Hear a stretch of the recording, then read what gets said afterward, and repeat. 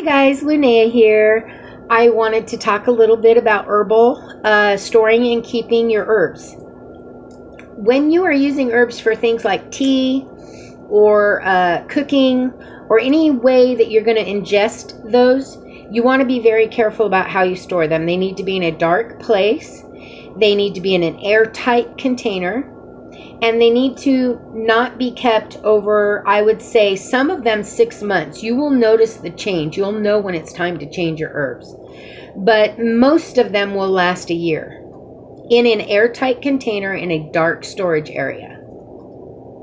So some light from my light itself gets to my herbs, but not a lot. They're in a cupboard that is closed, and they're in that cupboard. Now, those get more exposure to light. They're near the window. They're not in a closed area. So I usually go through those herbs fairly quickly, and I make sure that the herbs that I need to last longer are in the darker cupboard. It would be best if I could use amber jars. They would probably keep even a little longer if you could use amber jars. Please be sure they're airtight. You need to be sure they're airtight. If any air or moisture gets in your herbs, they're gone. It will mold, mildew, and they will be useless to you. Now, we talked about herbs that you're using in food or to consume in some way. Tea, smoking, cooking. Those herbs you need to be very careful with. You want to be sure you take care of them extremely well because you're ingesting them. You're putting them into your body. When it comes to magics, I don't throw out my herbs.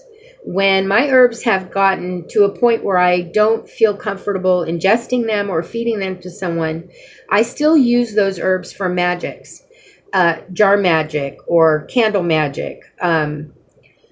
Those herbs do not lose their magical appeal or ingredients or activities.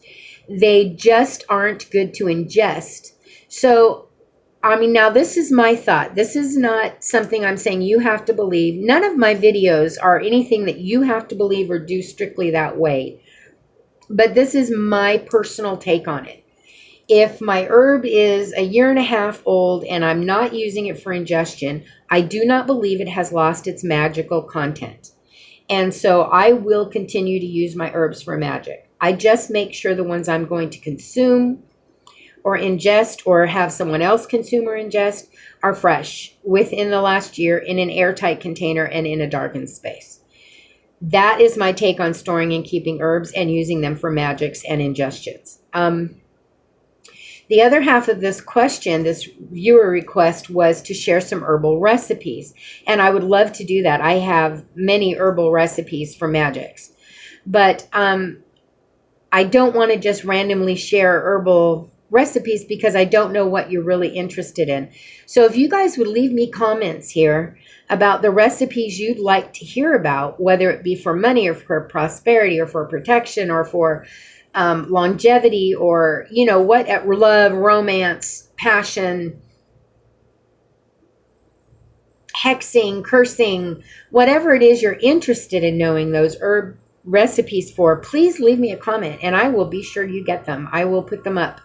I just don't know what random recipes would be, beneficial. I know that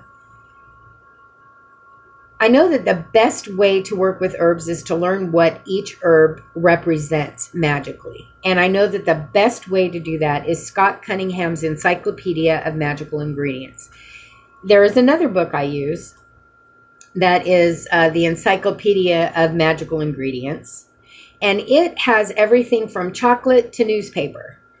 And it is not by Scott Cunningham. It is... I used to know her name and have it memorized. It is... Oh, that's right. Lexa Rosian. This is that book. The Encyclopedia of Magical Ingredients. It's a Wiccan's Guide to Spellcasting. And it has just everything in it. Herbs too. But everything. Bone and chocolate and newspaper and corn silk. And it just has all kinds of ingredients in it. So it's a great book. It's a great resource.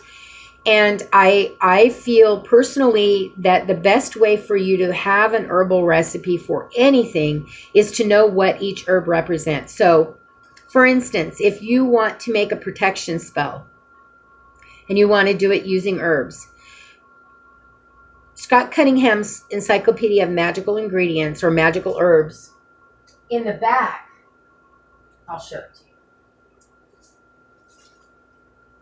of magical herbs, not magical ingredients. In the back on page 1, I'm going to tell you, no, it's 225. Hang on, I'm getting there. Okay. I don't want to misquote it, and I used to know it by heart, but I don't any longer. Here we go. 276. Page 276. So you will see on it, it's backwards to me, sorry. Astral projection to aid. It'll give you some herb listings. For protection, you just look under P for protection. They're listed with by alphabetical order. Prosperity, peace, protection to gain. To gain protection. Right here. To obtain protection. That's prosperity. Protection to gain. Acacia, African violet, agrimony, ague root, aloe, althea, Elysium. They're all listed. And so you don't have to have exotic things for protection. Sage is a great one for protection, but if you don't have sage, like white sage, use kitchen sage. It is sage. It is for protection. Sage is sage. It's for protection. If you don't have agrimony or angelica, you look under there at what's easy. Basil is a great one for protection, as is ginger. Ginger is a good root for protection. Easy to get, easy to obtain, right over the grocery store. You can obtain these. Cloves are wonderful, wonderful for protection or for prosperity. So grab that book. I mean, it's not really expensive. I think it was $17, $17.99. And I think you can actually get it cheaper on certain sites. And it's a great resource. It is the best resource for anybody who's wanting to do herbal recipes. It gives you exactly what you need for exactly what spell you're trying to do. And if you're more interested in the cursing side, then, and some people are, let's not be. I've got Working Conjure, A Guide to Hoodoo, Folk Magic is a good one. And then there is the Cursing and Crossing book. Another book that's really good as far as those types of spells go. So, you know, you've got your left-handed, you've got your right-handed, and there are books for all of it. And it will really enlighten you and give you a great resource. But if you have specific things in mind, ask me. I will be happy to put those recipes up for you. I am not a keeper of my recipes. I don't feel like they shouldn't be shared.